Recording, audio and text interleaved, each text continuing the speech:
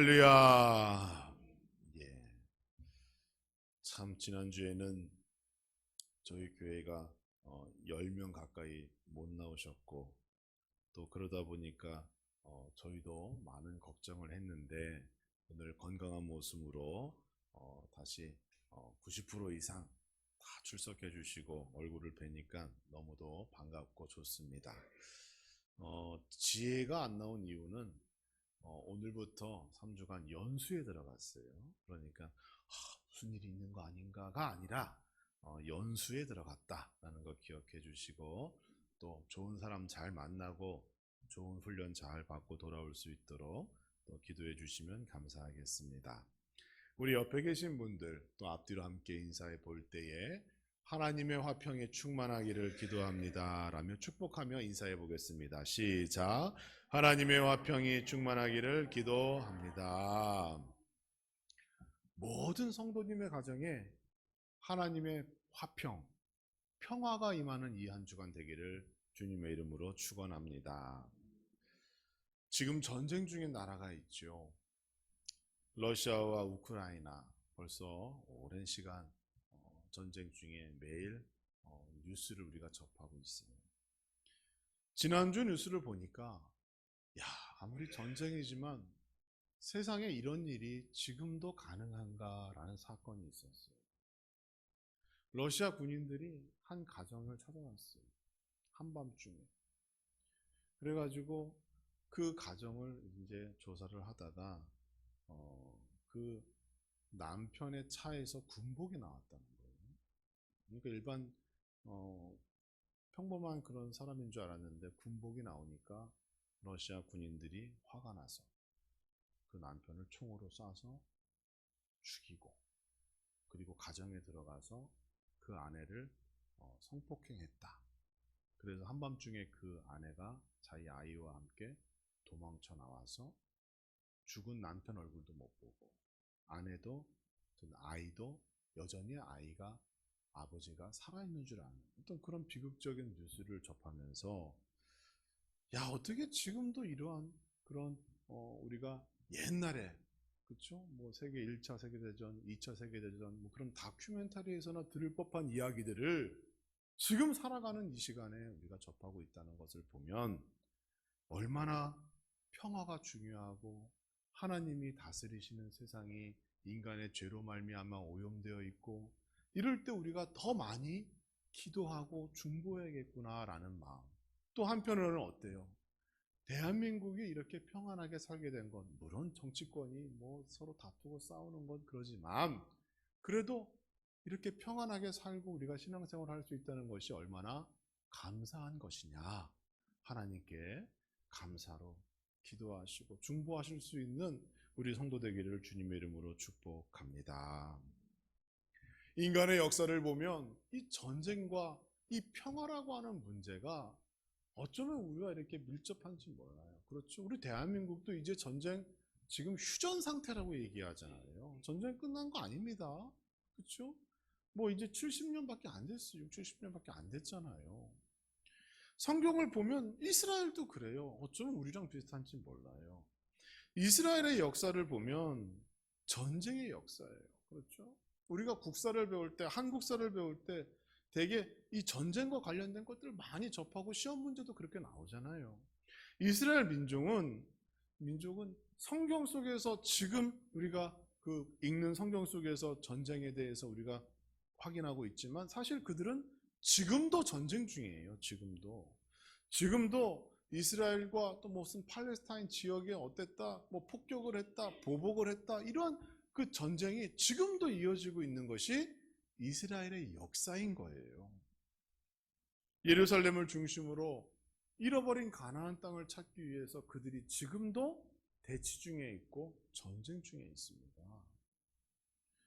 그래서 그들은 이전부터 지금까지 샬롬이라고 하는 그 인사말을 입에 달고 살았던 거예요. 만나면 뭐라고 인사해요? 샬롬, 그래요. 평화라는 뜻입니다. 그래서 예루살렘이라고 하는 뜻도 평화의 도시라고 하는 뜻이에요.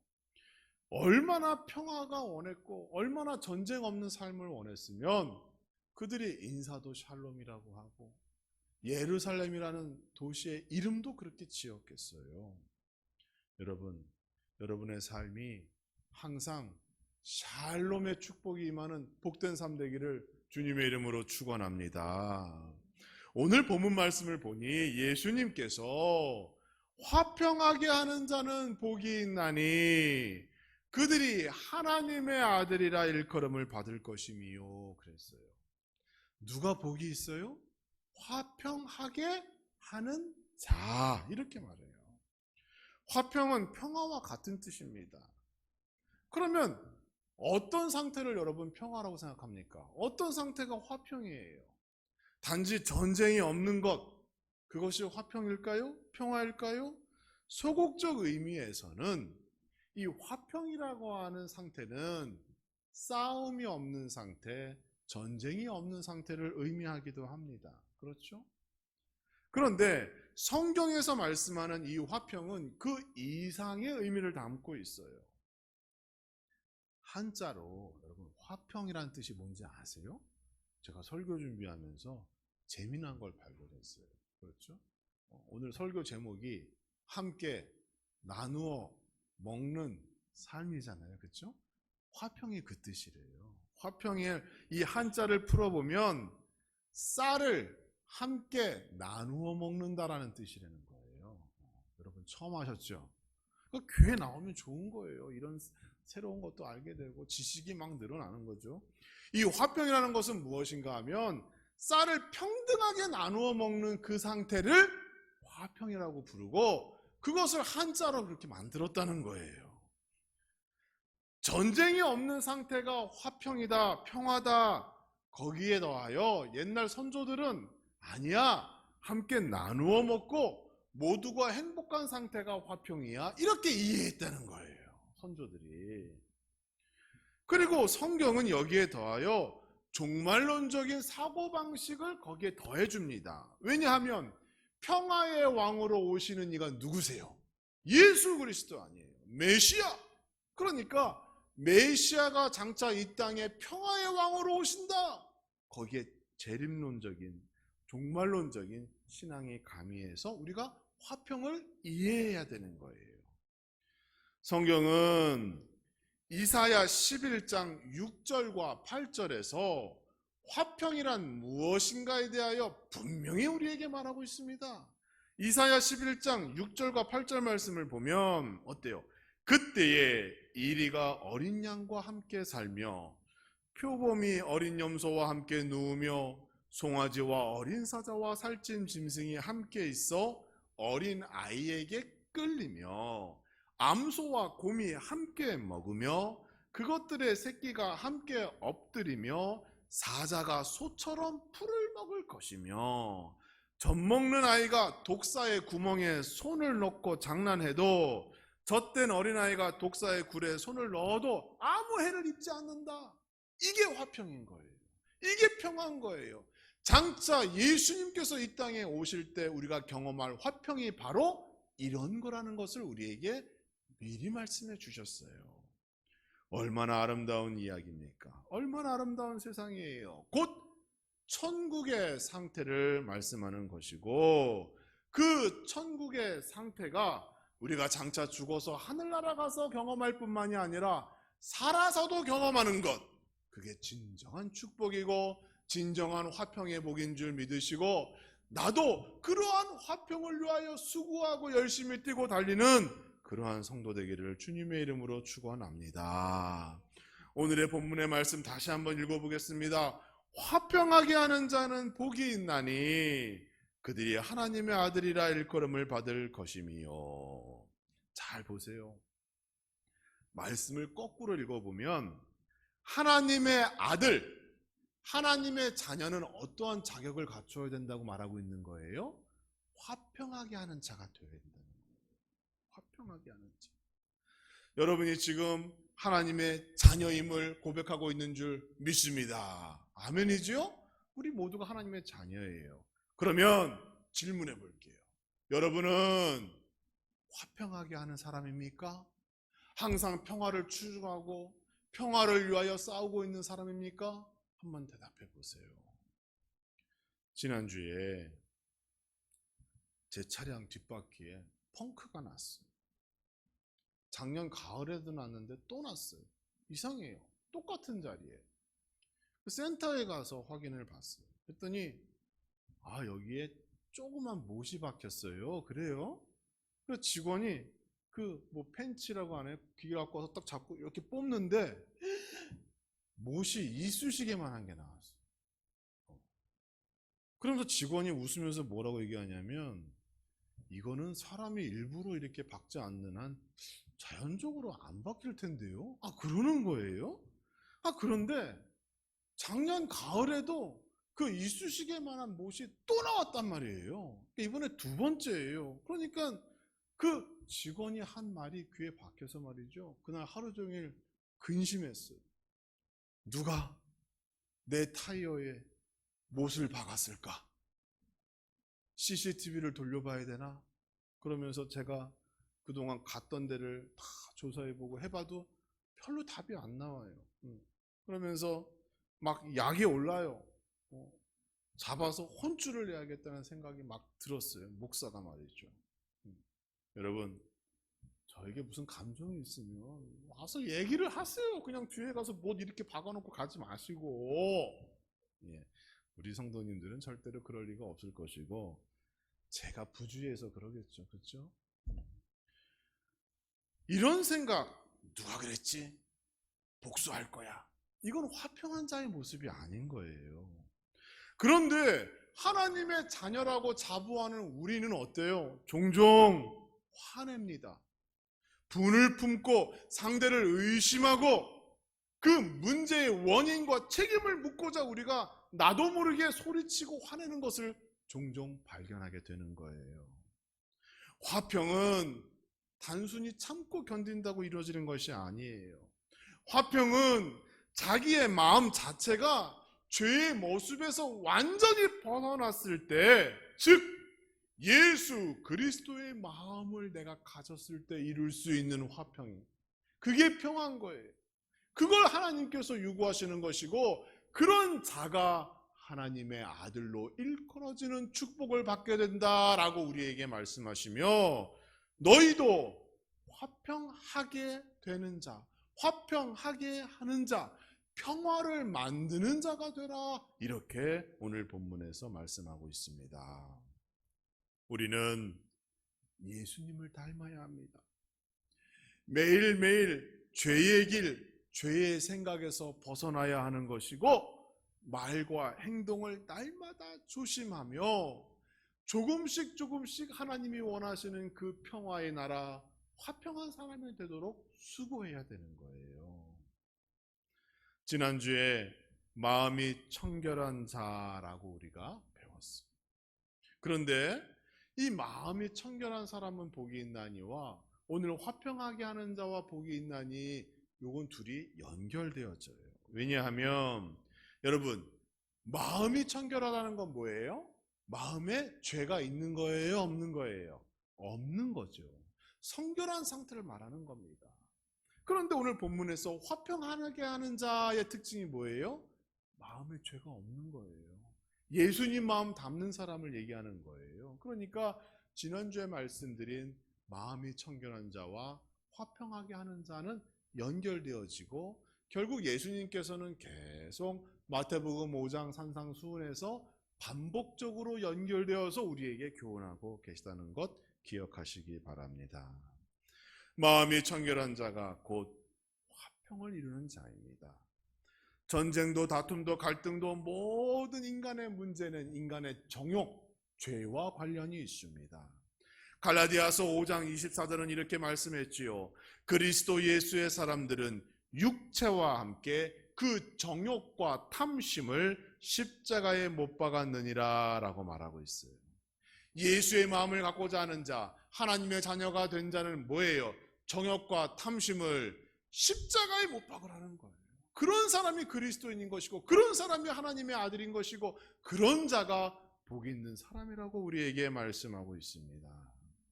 우리 모든 성도님들, 내 마음의 정욕과 탐욕, 그것을 죄로 규정하시고 예수 그리스도 그 십자가에 그것을 못 박고 날마다 마음이 청결하며 이제는 화평하게 하는 자의 복을 누리시는 우리 모든 성도가 되기를 주님의 이름으로 축원합니다. 화평하게 하는 자, 행복한 일이에요. 여러분 한번 보세요. 어떤 사람은 가는 곳마다 문제를 일으켜요. 어떤 사람은 가는 곳마다 문제를 해결해요. 누가 더 좋아요? 누구를 더 만나고 싶고 어떤 사람이 되고 싶어요? 문제를 해결하는 자가 더 좋은 겁니다. 그러니까 예수님께서는 우리에게 화평한 자가 아니라 화평하게 하는 자, 평화를 만드는 자가 되라고 우리에게 말씀하시면서 우리 인생이 어떤 방향으로 흘러가야 되는지, 하나님과의 관계와 사람과의 관계가 어떤 관계가 되는지 말씀해 주는 거예요. 축복 받는 것도 중요하겠죠. 그러나 축복을 유지하는 것도 더 중요하다고 말씀드렸죠. 마찬가지입니다. 화평한 것 중요한 거예요. 중요한 거예요. 내가 지금 너무 평안해요. 기뻐요. 행복해요. 그것도 중요하지만 더 중요한 건 그 화평, 평화를 내가 만들 수 있다는 것, 그게 더 중요한 것이고 그게 더 변화된 삶인 거예요. 그래서 지금 예수님께서는 우리에게 화평한 자는 복이 있나니가 아니라 화평하게 하는 자라고 말씀하고 있는 겁니다. 자, 그러면 화평하게 하는 자는 누구를 말하는 것일까? 어떤 사람이 화평하게 하는 자예요? 여기에는 몇 가지 그 특징이 있는데, 첫째는 하나님과의 평화를 이루는 자가 바로 화평하게 하는 자의 첫 번째 모습입니다. 인류의 역사상 가장 평화로운 때가 언제인가요?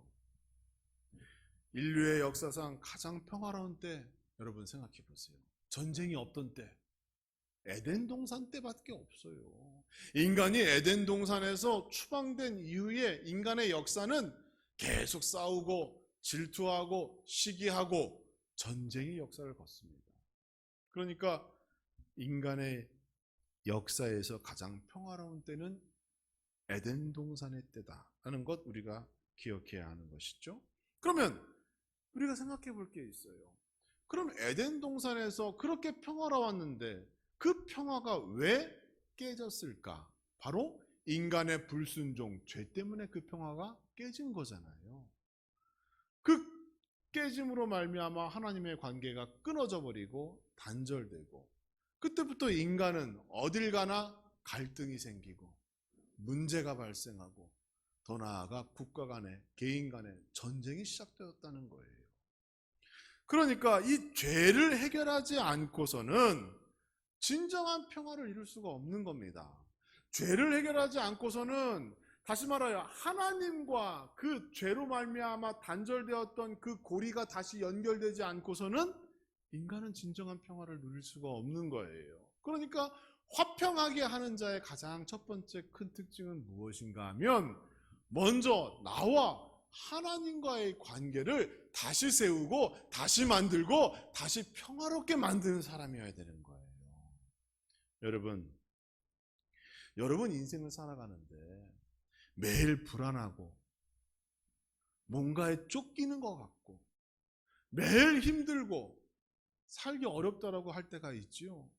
그런데 원인을 잘 생각해 보시면 그것이 사람이나 환경의 원인이라고 나는 믿고 있어요. 내가 조금 더 많이 갖고 있으면 편하고 좋을 텐데, 내가 원하는 대로 이루어지면 내가 마음이 좀 더 나을 텐데라고 말할 수 있지만, 그 근본적인 원인을 보면 하나님과 나와의 관계가 망가졌기 때문에 모든 불안감과 두려움과 문제가 거기서부터 시작되어지는 거예요. 그러니까 우리가 화평하게 하는 자가 되기 위해서, 평화를 만드는 자가 되기 위해서는 가장 먼저 누구와 먼저 화해하고 평화를 이루어야 되는 거예요? 하나님과의 문제를 먼저 풀어야 되는 겁니다. 사랑하는 성도 여러분, 하나님과의 문제를 먼저 해결하시기 바랍니다. 다른 사람의 원인이 아니에요. 환경을 탓하지 마세요. 내가 하나님께 그동안 불충했고 내 안에 있는 죄를 온전히 고백하지 않았기 때문에 그 죄의 흔적으로 말미암아 나는 여전히 고통받고 있는 거예요. 그러므로 우리 모든 성도님들 하나님과 먼저 화해를 이루시고 자기의 죄를 겸손히 고백하시고 그리고 진정한 화평하게 하는 자의 길을 걸으시는 성도 모두가 되기를 주님의 이름으로 축복합니다. 그 다음은 사람과 사람과의 화평, 평화를 이루는 자가 되어야 합니다. 앞서 말씀드린 것처럼 화평이라고 하는 한자의 뜻이 쌀을 함께 나누어 먹는다라고 하는 뜻이 있다고 그랬어요. 그러면 쌀을 함께 나누어 먹는다라고 할 때 그 쌀 누구와 함께 나눠 먹습니까? 우리 가족이요? 여러분 그런 생각을 이제 떠나야 됩니다. 언제까지 우리 가족, 우리만, 우리 교회만 그것만 생각하시겠어요? 그렇지 않아요. 성경의 가르침은 하나님 사랑과 이웃 사랑이 가장 첫 번째 우선되는 계명이라고 말씀하고 있잖아요. 그러니까 화평에서 내가 무엇을 함께 나눈다고 할 때는 우리 사람들만 얘기하는 것이 아니라 이웃 전체를 얘기하는 거예요. 사회와 국가 전체를 얘기하는 거예요.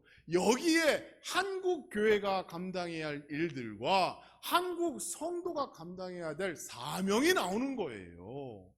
사랑하는 성도 여러분, 사람과 사람과의 평화를 이룬다고 할 때 단지 내가 아는 사람들과 친하고 잘 지내고가 아니라 우리의 이웃과 사회와 국가와 전 세계의 인류를 향한 그러한 간절함이 우리 안에 있어야 된다는 사실 기억하시기 바랍니다.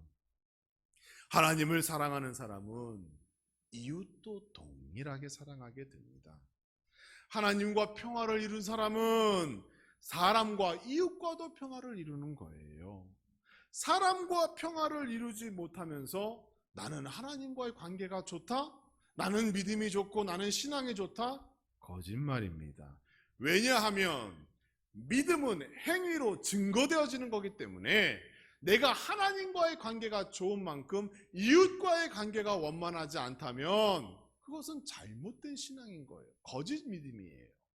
여러분, 하나님을 사랑하는 그 열정이, 예수 그리스도를 쫓는 그 열정이 이웃을 긍휼히 여기고 이웃과 함께 나누는 마음으로 발전하고 변화되어지는 여러분과 우리 함라중앙교회가 되기를 간절히 주님의 이름으로 축원합니다. 화평하게 하는 자가 되어야 합니다. 무엇으로요? 무엇으로요?